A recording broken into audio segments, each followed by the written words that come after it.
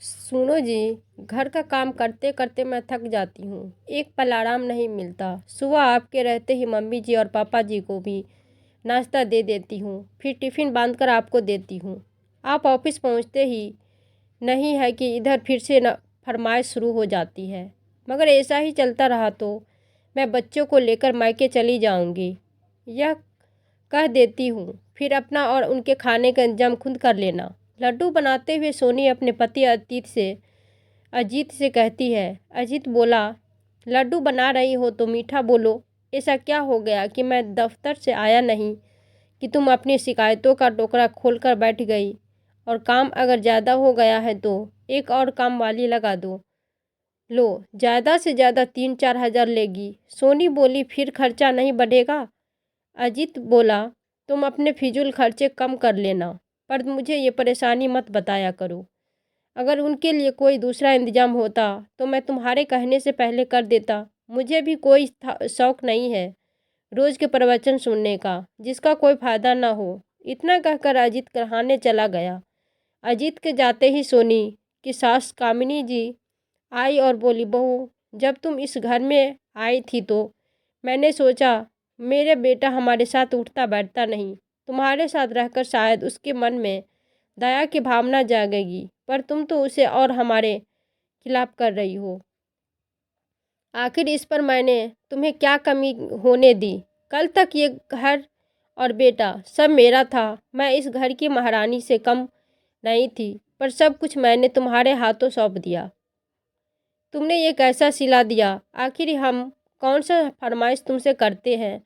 सोनी बोली, मम्मी जी, मेरा मुंह मत खुलवाइए। बोल तो आप ऐसे ही रही है जैसे राजमहल की महारानी थी। अरे ये घर सामान और जिम्मेदारी के बोझ के अलावा अपने और क्या दिया?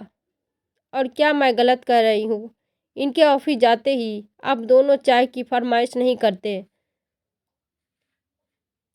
पता है दूध का भाव क्या हो गया है? ऊपर से कामवाली कहती है पगार बढ़ा दो। आपके बेटे ने पैसे छापने की मशीन नहीं खोल रखी है। इतना कहते हुए लड्डुओं का डिब्बा लेकर वो कमरे में चली गई। निराश कामिनी जी कमरे में लौटी तो उनके पति सुरेश बाबू बोले, क्यों अपनी रोज रोज बेइज्जती करवाती हो? मान क्यों नहीं लेती कि जो घर और बेटा पहले तुम्हारा था वो अब किसी और का हो चुका है? कल तक तुम घर की भले महारानी होगी, पर आज छोड़ो वो शब्द कहते हुए मेरी जीभ साथ नहीं देती है। हमारी औकात इस घर में क्या है ये तुम भी जानती हो। चुपचाप राम का नाम लो और विनती करो उनसे अब हमें इस संसार से मुक्त करे। दोनों चुपचाप अपनी हालात पर आंसू बहा रहे थे। अगले दिन अजीत किसी काम से शहर से बाहर गए। बच्चों ने पिज्ज़ा खाएंगे की फरमाइश की तो सोनी ने अपने और बच्चों के लिए पिज्ज़ा मंगवा लिया। सास ससुर के लिए उसने खिचड़ी बना कर दी। जब कामिनी जी ने कहा, बहू, खिचड़ी तो शनिवार को खाया जाता है, आज तो मंगलवार है और दिन में खिचड़ी। सोनी मुंह बनाते हुए बोली, मम्मी जी, गर्मी इतनी हो रही है कि रसोई में मेरा जाने का मन नहीं है। आज खिचड़ी से ही काम चला लीजिए। मैं बच्चों के साथ कमरे में आराम करूंगी, तो मुझे परेशान मत कीजिएगा। इतना कहकर उसने कमरे का दरवाज़ा बंद कर लिया। पिज्ज़ा खाकर बच्चे खुश हो गए और वीडियो गेम खेलने लगे। सोनू के पास कुछ काम नहीं था तो वो अपनी सहेली ममता से बात करने लगी और अपने घर की हालात बताई। ममता बोली, तुम्हें उनसे काम निकालना नहीं आता? अरे काम वाली को इतने पैसे देती ही क्यों हो? तुम्हारी सास भारी काम नहीं कर सकती है, पर बैठे बैठे बर्तन तो धो सकती है। काम वाली से दूसरे काम करवाओ, बर्तन धोना, सब्जी काटना, ये सब अपनी सास से करवाओ। बस बदले में जो भी चटपटा खाती हो थोड़ा सा उनके सामने रख दो। शाम में सोनी ने ममता के सुझाव पर विचार कर रही थी और मन ही मन सोच रही थी, कहीं अगर वो ऐसा करे और सास ससुर ने विद्रोह कर दिया तो। तभी उसकी छोटी बहन रानी को फ़ोन आया। पता है दीदी, मेरी सास मुझे 1 मिनट का चैन नहीं लेने देती है। सब खाकर उठ जाते हैं, तब मुझे खाना खाने कहती है। अगर फरमाइश पूरी न करो तो मेरी शिकायत इनसे करती है। और ये ठहरे, श्रवण कुमार तुम्हारा अच्छा है, जीजा जी तुम्हारी बात सुनते हैं और तुम्हारी सास ने भी तुम्हें कम परेशान नहीं किया होगा। जाने ये हर सासू बुरी क्यों होती है। बहन की तकलीफ सुनकर सोनी ने निर्णय किया कि अब तो ममता का नुस्खा अपनाना ही पड़ेगा। 2 दिन बाद जब अजीत आए सोनी बिल्कुल ठीक थी। जैसे ही वो दफ्तर गए सोनी ने माथे पर पट्टी बांधी और कामनी जी को चाय देने गई। कामनी जी ठहरी ममता की मूरत। उन्होंने पूछा, क्या हुआ बहू, क्या तबीयत खराब है? सोनी मुंह बनाते हुए बोली, मम्मी जी मेरा सर फटा जा रहा है। ऊपर से सपना काम वाली बोली है कि वो बर्तन नहीं धोएगी। उसके हाथ में दर्द है, वो दूसरे काम कर देगी। अब आप ही बताइए मैं कब तक बर्तन धोऊंगी और कब खाना बनाऊंगी? कोई नहीं है जिससे मदद मांग सकूं। सुरेंद्र बाबू शंका की दृष्टि से अपनी बहू को देख रहे थे। कामनी जी बोली, ऐसा क्यों कहती हो बहू, मैंने तुम्हें बेटी से कम नहीं समझा है। चलो मैं तुम्हारी मदद करवा देती हूँ। इतना कहकर वो सोनी के साथ चली गई। रसोई में सोनी बोली, मम्मी जी आपसे बर्तन धुलवाने में अच्छा तो नहीं लगता। आप ऐसा कीजिए, नीचे बैठकर बर्तन धो लीजिए, आपको दिक्कत नहीं होगी। मैं बाम लगाकर दूसरे काम कर लेती हूँ। इतना कहकर वो अपने कमरे में आराम करने चली गई। सपना सोनी के कमरे में झाड़ू लगा रही थी। वो बोली, भाभी जी क्यों अपने सर पर पाप लेती हो? जो आपको बहुरानी बनाकर घर में लेकर आई, आप उनसे नौकरानी वाले काम करवा रही हो। सोनी बोली, चुपचाप ही जितना तुमसे कहा गया उतना करो। बर्तन धोना और सब्जी काटना मम्मी जी कर लेगी। तुम आज से कपड़े और झाड़ू पोछा लगा किया करो, और हाँ, हफ्ते में एक दिन मेरी मालिश कर दिया करो। सपना हैरानी से सोनी की तरफ देखती रही और अपना काम करती रही। दोपहर के खाने में सोनी ने पनीर की सब्जी बनाई। सास ससुर को रोटी दाल के साथ पनीर की सब्जी दी। कामनी जी देखकर खुश हो गई और सुरेंद्र बाबू से बोली, आज तो आपके पसंद की पनीर की सब्जी बनी है। चलिए, लगता है बहू को हम पर दया आ गई। सुरेंद्र बाबू कटोरी में हाथ घुमाए तो एक पनीर का टुकड़ा आया और बाकी आलू के टुकड़े थे। कामनी जी देखकर बोली, ये भी तो देखिए पनीर कितना महंगा हो गया है। अब सिर्फ पनीर डालकर तो सब्जी नहीं बनाई जा सकती है। खा लीजिए। सुरेंद्र बाबू बोले, ये तुम्हारे बर्तन धोने और सब्जी काटने का इनाम तो नहीं है? कामनी जी बोली, हे भगवान, कैसे बातें कर रहे हैं आप? अपने घर के काम को कोई ऐसे कहता है? घर में शांति बनी रहे तो मैं उसके लिए कुछ भी करने को तैयार हूँ। आप बस खाना खाकर आराम कीजिए। अब तो ये रोज का हो गया था। सोनी कुछ न कुछ बहाना करके छोटे मोटे काम कामनी जी से करवाती रही। बेचारी कामनी जी, पति को ढंग का खाना मिले इस वजह से चुपचाप सब करती जाती। ऐसा नहीं था कि वो समझ नहीं रही थी। आखिर उन्होंने अपने बाल धूप में सफ़ेद नहीं किए थे। वक्त बीतने लगा, काम की थकान कामनी जी के चेहरे पर दिखने लगी। एक रोज़ जब सोनी कमरे में सो रही थी और कामनी जी धूप में कपड़े सुखा उठा रही थी, सुरेंद्र बाबू ने बहू के कमरे पर दस्तक देना शुरू किए। सोनी हड़बड़ा कर आई और बोली, बाबूजी, कोई अपनी बहू के दरवाजे को इस तरह पीटता है क्या? तूफान आ गया था जो मुझे नींद से जगा दिया। वो बोले, बहू, इतनी धूप में जो औरत कपड़े उठा रही है वो तुम्हारे पति की माँ और इस घर की मालकिन है। उसे तुमने नौकरानी बनाकर रख दिया। अरे, औरत को ममता की मूरत होती है, फिर तुम्हें अपनी सास के साथ ऐसे व्यवहार करते हुए शर्म नहीं आई? देखो उसकी कैसी हालत हो रही है। सोनी बोली, बाबूजी, मैंने उनसे नहीं कहा है कि अभी अभी ही कपड़ा उठा ले। अरे, शाम हो जाती तब आराम से उठाती। अगर आपको इतनी ही चिंता हो रही है तो आप कर लीजिए।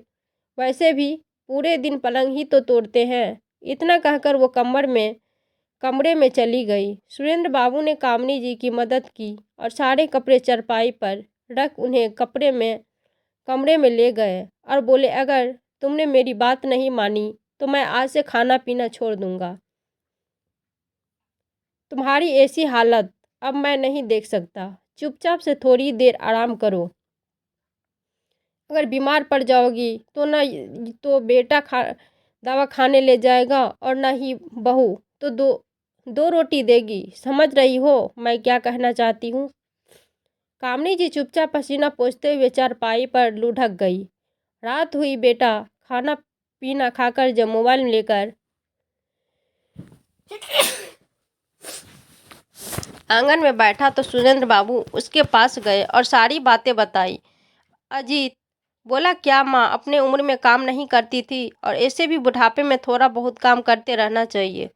आप तो ऐसे ही कर रहे हैं जैसे सोनी आप लोगों को खाना पीना नहीं देती। अरे अपना घर का काम करने में क्या बुराई है। सुरेंद्र बाबू निराश होकर अपने कमरे में चले गए। सुरेंद्र बाबू हर तरफ से हार चुके थे कि कैसे अपनी पत्नी की परेशानियों को कम करे। तभी उनकी बेटी कविता का फोन आया। सुरेंद्र बाबू ने इतने दिनों की बात आप बीती सब बताएं और बोले, बेटा जिस पत्नी को आज तक मैंने कभी कुछ नहीं कहा, आए दिन बेटे बहू उसे खरी खोटी सुनाते हैं। मेरा सीना छलनी हो जाता है। मैं पुरुष हूँ, आंसू नहीं बहाता, पर अपनी पत्नी की ये दशा देखकर भी नहीं रह पाता हूँ। कविता ने उन्हें आश्वासन से दिया और बोली, बाबूजी आप चिंता मत कीजिए, बच्चों के स्कूल में कुछ दिनों की छुट्टी होगी तो मैं आ जाऊंगी। आकर माँ से बात करती हूँ। तब तक आप अपना और माँ का ख्याल रखिएगा। इतना कहकर कविता ने फोन रख दिया। समय बीत रहा था। दिनों दिन कामनी जी का स्वास्थ्य गिर रहा था। कविता छुट्टियों में मायके आई, जिसके खबर बस सुरेंद्र बाबू को ही थी। जैसे ही कविता घर में आई, उसने देखा माँ आंगन में बैठकर बर्तन धो रही थी। माँ ये क्या कर रही हो? क्या सपना ने घर का काम करना छोड़ दिया? और भाभी कहाँ है? भाभी वो ननद की आवाज़ सुनकर सोनी हड़बड़ा कर उठी और आंगन में देखी तो ननद सास का हाथ धुलवा रही थी और बोल रही थी कि माँ भैया की शादी करके क्या अपने अपने लिए मालकिन लाई थी या घर की बहू लाई थी जो आज ये दिन बहू देख रही हो? मानती हूँ बहू की मदद करनी चाहिए, परंतु उसके लिए सास की उम्र और सेहत भी देखनी चाहिए। सोनी मुस्कुराकर बोली, अरे कविता जी, आप कब आई? आने से पहले खबर भी नहीं दी। कविता बोली, अपने घर में आने से पहले खबर देने की क्या ज़रूरत है? और खबर देकर आती तो सच्चाई कैसे देखती? औरत तो ममता की रूप होती है। आप मेरी माँ से ये सब करवा रही है। और सपना तुम क्या कर रही थी? सपना डर कर बोली, मैं तो भाभी जी की मालिश कर रही थी।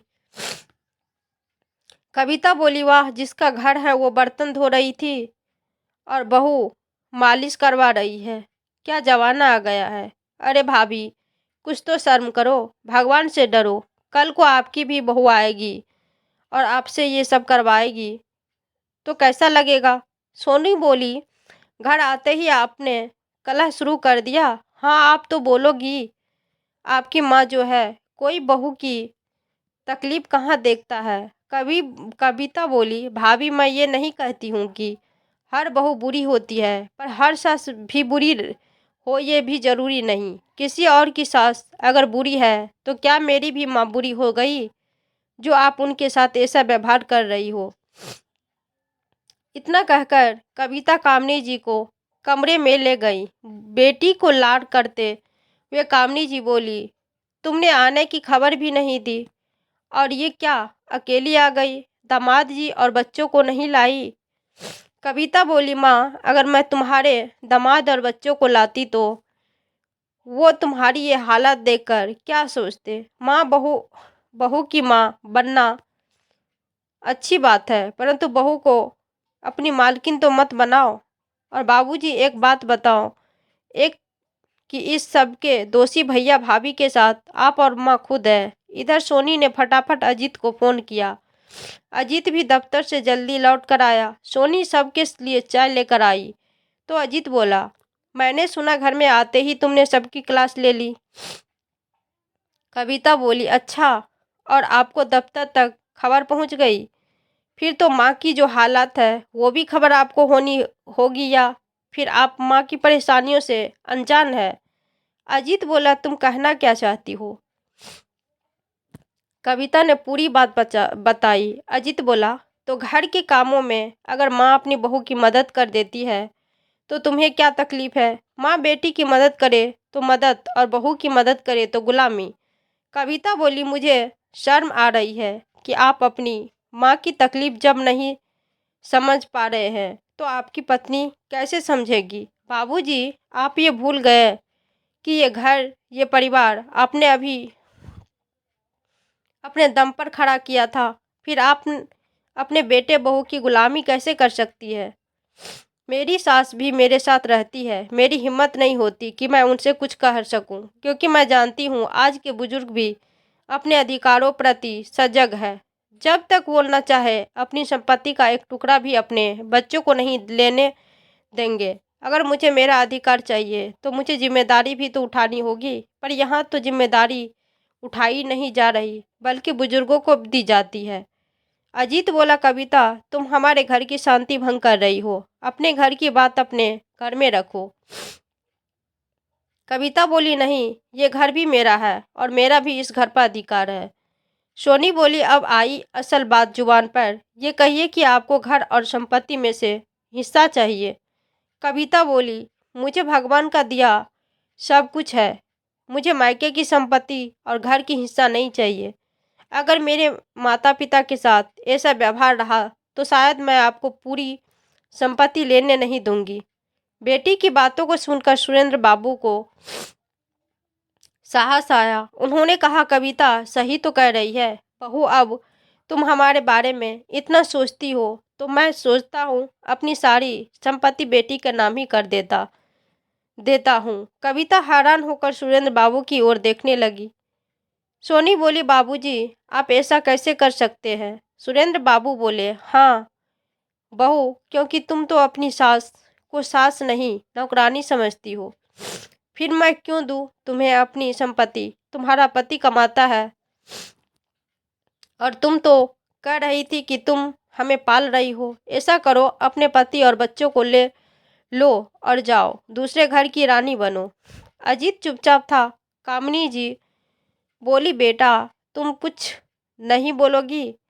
अजीत बोला, मैं सास बहू के झगड़े में नहीं पड़ना चाहता, इसीलिए आज तक मैं कभी भी दखल नहीं देता था। कविता बोली, भैया, अगर भाभी की बहन की सास बुरी है तो क्या हमारी माँ भी बुरी है?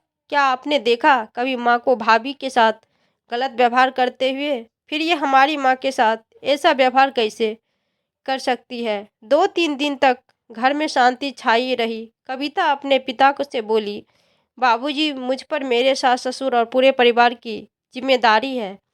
मैं उन्हें छोड़कर यहाँ तो नहीं रह सकती। अगर आप मेरे साथ चलना चाहे तो चल सकते हैं, वरना ऐसी भी आपकी स्थिति नहीं हुई है कि आप अपने घर फैसले नहीं ले सकते हैं। और माँ, आप रिश्तों को बचाने के लिए इतना मत झुको कि वो आपकी कमजोरी बन जाए। पिता को हौसला देकर बेटी अपनी जिम्मेदारियों को निभाने चली गई। 2 दिन बाद सुरेंद्र बाबू ने सबको इकट्ठा बुलाया। अजीत की अकड़ अभी भी कम नहीं हुई थी। सुरेंद्र बाबू एक इज्जतदार आदमी थे। समाज में अपनी इज्जत कम न हो जाए, इसीलिए उन्होंने एक फैसला लिया और बोले, यही पास में मैंने एक ज़मीन खरीदी थी, वो मैं तुम्हारे नाम कर रहा हूँ और तुम्हें 3 महीने का वक्त दे रहा हूँ। उस पर तुम अपने लिए घर बना लो और इसको खाली कर दो। मेरी पूरी संपत्ति का आधा हिस्सा मैं कविता के नाम करूँगा और आधा तुम्हारे बच्चों के नाम कर दूंगा। ये मेरा आखिरी फैसला है। इतना कहकर वो कमरे में चले गए। बेटा बोला, माँ, ये सास बहू की लड़ाई में मुझे क्यों दी सजा मिल रही है? मैंने तो आपके साथ कभी बुरा नहीं किया। कामनी जी बोली, बेटा, तुमने बुरा तो नहीं किया, पर कभी तुमने अच्छा भी नहीं किया। आज तक मैं रिश्तों को जोड़ने के लिए बस देती और झुकती ही आई और तुम लोगों ने उसे मेरी कमजोरी समझ ली।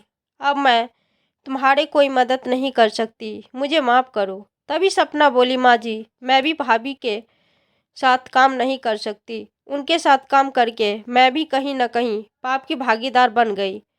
अब मैं आपके घर का सारा काम करूँगी। अब जो भी पगार देगी मैं चुपचाप ले लूँगी। आखिर आपके ही पगार में से मैं पत्नी बढ़ी पली बड़ी हूँ। सपना का सहारा लेते हुए कामनी जी अपने कमरे में चली गई। इंसान चाहे जितनी चाले चले पर होता वही है जो वक्त को मंजूर होता है। आखिरकार 3 महीने बाद आधे अधूरे ही घर में अजीत और सोनी को शिफ्ट होना पड़ा। अब सोनी को पैसे की बचत के लिए अपने घर का सारा काम खुद करना पड़ता था।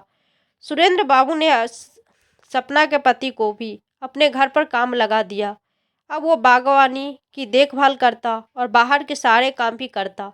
ऊपर वाले घर में किराया लग गया तो पैसे की कोई दिक्कत नहीं थी। दोस्तों, रिश्तों को बनाने में इंसान की उम्र बीत जाती है, पर किसी एक गलती के से उन रिश्तों के तार तार हो जाते हैं। किसी घर में अगर कोई कमी है तो उससे हमें सीखना चाहिए, न कि उसी गलती को अपने घर में दोहराए और खुद को दोषी बनाए।